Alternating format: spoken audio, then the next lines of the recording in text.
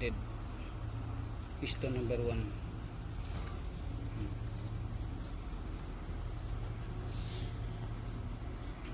Just na susunod na injector ay yung ano, number 3, 5 at 6.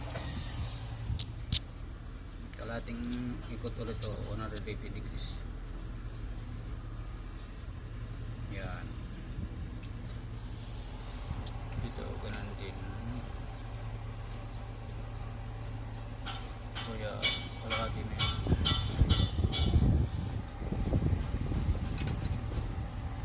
Kanto ng nut lating ikot. Oh yan, ito na yan.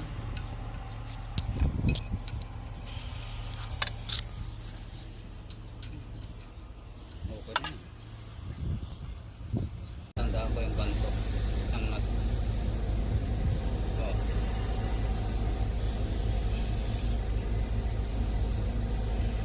Yan, kalahati na. Tapos sunod number 2, ganun din ulit, kalahating ikot lang 180 degrees.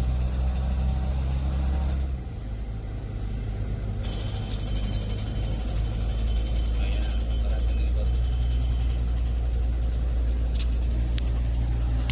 Number 4, ganun din 180 degrees, kalahating ikot. Nakatukot lagi siya sa may injector.